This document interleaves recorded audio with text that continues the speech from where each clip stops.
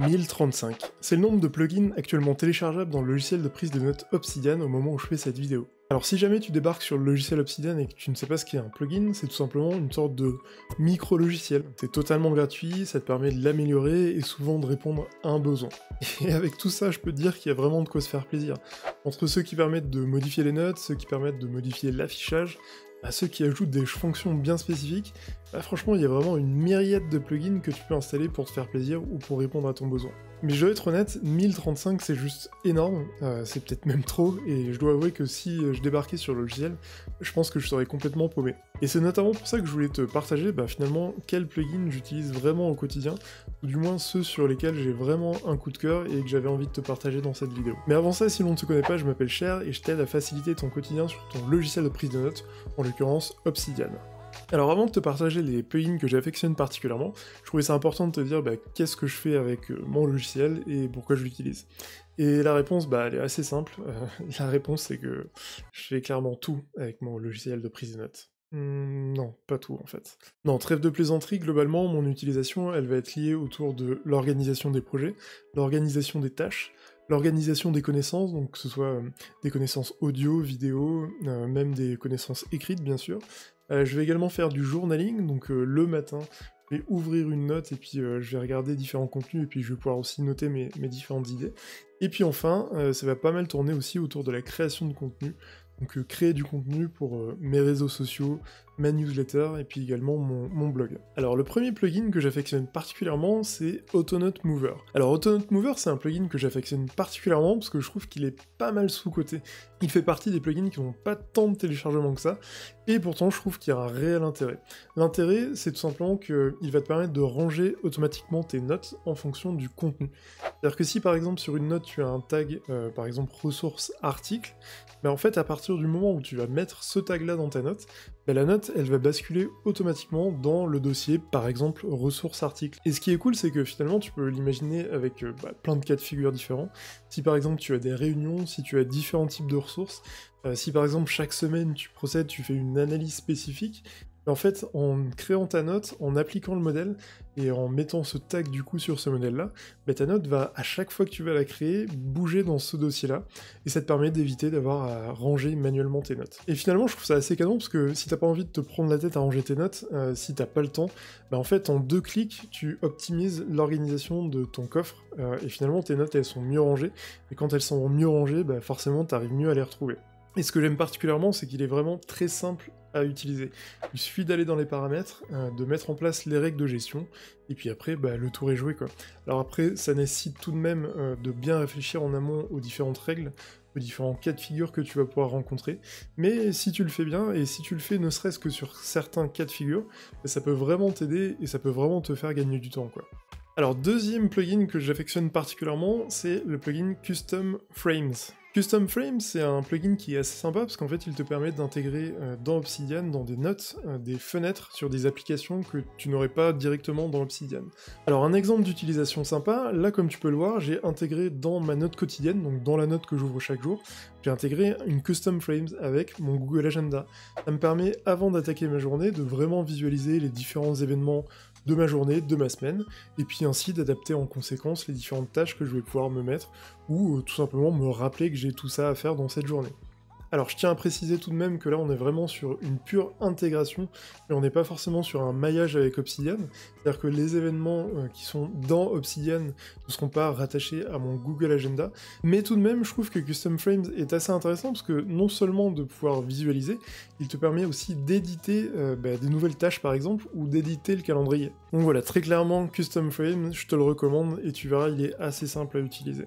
Alors maintenant passons à littéralement mon chouchou, mon plugin préféré dans Obsidian, il s'agit du plugin DataView. DataView c'est un plugin qui est un peu technique mais qui vaut clairement le coup qu'on s'y intéresse parce qu'il est vraiment surpuissant. Pour le résumer en 2 mots, il te permet de créer des listes, créer des tableaux qui sont automatiques en fonction du contenu qu'il y a sur tes notes. Pour le dire concrètement, ça te permet d'afficher automatiquement tes notes par date de création, par type d'affichage, selon le contenu qu'il y a dedans, par tag, on peut vraiment tout imaginer, et la seule limite c'est quasiment ton imagination. Alors un exemple pour illustrer ça, donc à gauche j'ai tout simplement une grande thématique qui correspond à la finance, et donc j'ai des tableaux de visualisation à l'intérieur de cette thématique, Donc un avec des notes assez simples, donc là c'est un tableau qui est assez simple, juste un listing de, on va dire, d'idées que j'ai, et un avec tout simplement un listing de ressources que je vais avoir concernant cette thématique finance.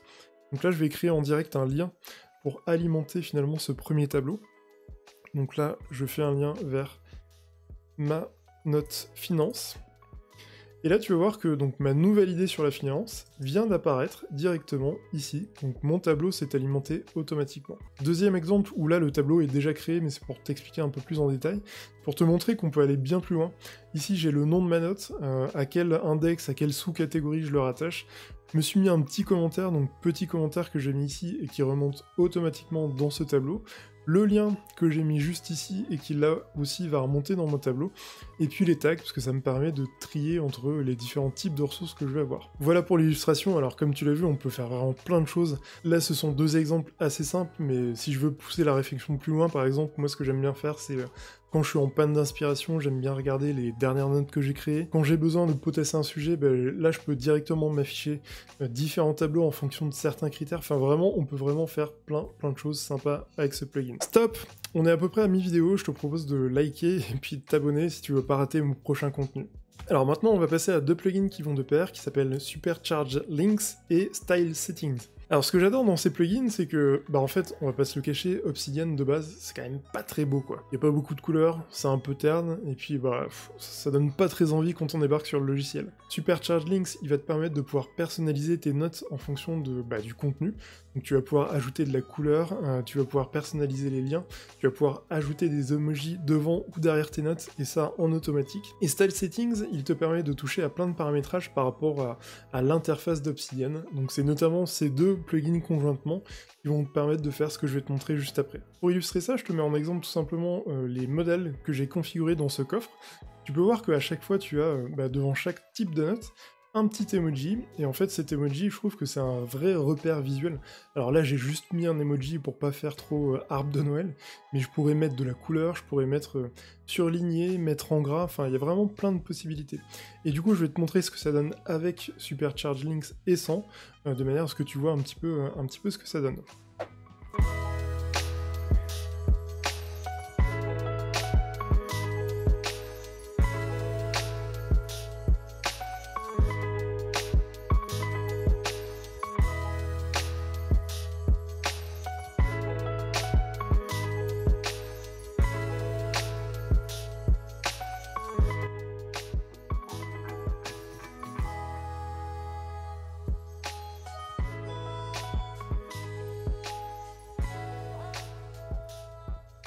Et enfin, pour compléter sur le plugin Style Settings, ce qui va être intéressant, c'est que non seulement il fonctionne avec Supercharge Links, comme tu l'as vu, mais il va également fonctionner avec pas mal d'autres plugins, notamment les thèmes graphiques sur lesquels tu vas pouvoir modifier le style, comme par exemple le thème minimal, où là tu vas vraiment pouvoir avoir une personnalisation poussée de l'interface, que ce soit les rebords, que ce soit la couleur qui est utilisée, que ce soit la taille des caractères, tu peux vraiment faire plein de choses différentes. Le plugin Tasks, donc Tasks, d'ailleurs, c'est marrant. Tasks. Pourquoi je fais x? C'est un peu bizarre. Bref. Le plugin Tasks, il est hyper intéressant parce qu'en fait, il n'a rien à envier à n'importe quel gestionnaire de tâches. Il te permet d'avoir une personnalisation poussée de tes tâches de manière à vraiment pouvoir optimiser la manière dont tu travailles. Donc si jamais c'est une tâche liée avec un de tes projets, tu peux la faire remonter depuis ta note projet. Si c'est une tâche en lien avec une ressource perdue au fin fond de ton coffre, là aussi tu peux la faire remonter de manière à la rendre vraiment plus visible. Un exemple d'affichage très simple, où là j'ai tout simplement affiché les tâches à faire jusqu'à aujourd'hui, triées par niveau de priorité, donc je vais te montrer en direct ce que ça donne. Je commence par noter le nom de ma tâche, donc tâche X. Je mets le tag Next, donc ça c'est quelque chose que moi j'ai configuré pour faire remonter l'information dans le tableau. Et je choisis une date, donc là on va dire que la tâche est tout simplement à faire pour aujourd'hui. Je mets un niveau de priorité, priorité haute, et donc là tu peux voir que la tâche X est remontée dans mon tableau ultra simple. Et là quand je suis sur mon tableau, si je veux par exemple modifier la date, je peux le faire directement ici, donc là je peux mettre à la date de tomorrow, donc date de demain.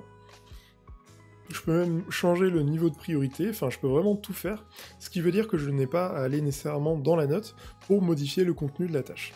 Et après, comme tu t'en doutes, hein, on peut trier par niveau de priorité, selon la date à laquelle la tâche était due, selon la date que tu souhaites, selon le type de note, selon le nom de note, enfin tu peux vraiment imaginer plein de configurations différentes de manière à adapter ça à ton besoin. Bref, un plugin juste incroyable et indispensable si tu veux gérer tes projets et tes tâches avec Obsidian. Voilà concernant les plugins que j'affectionne particulièrement. Alors, c'était pas facile, c'était dur, parce qu'il y en a plein que j'adore, il y en a plein d'autres que j'ai envie de te partager, mais bon, comme il fallait vraiment se limiter, je me suis limité à quelques-uns, histoire de pas faire une vidéo trop longue. N'hésite pas à liker, t'abonner, et puis partager si le contenu t'a plu, et puis je te dis à bientôt pour une prochaine vidéo.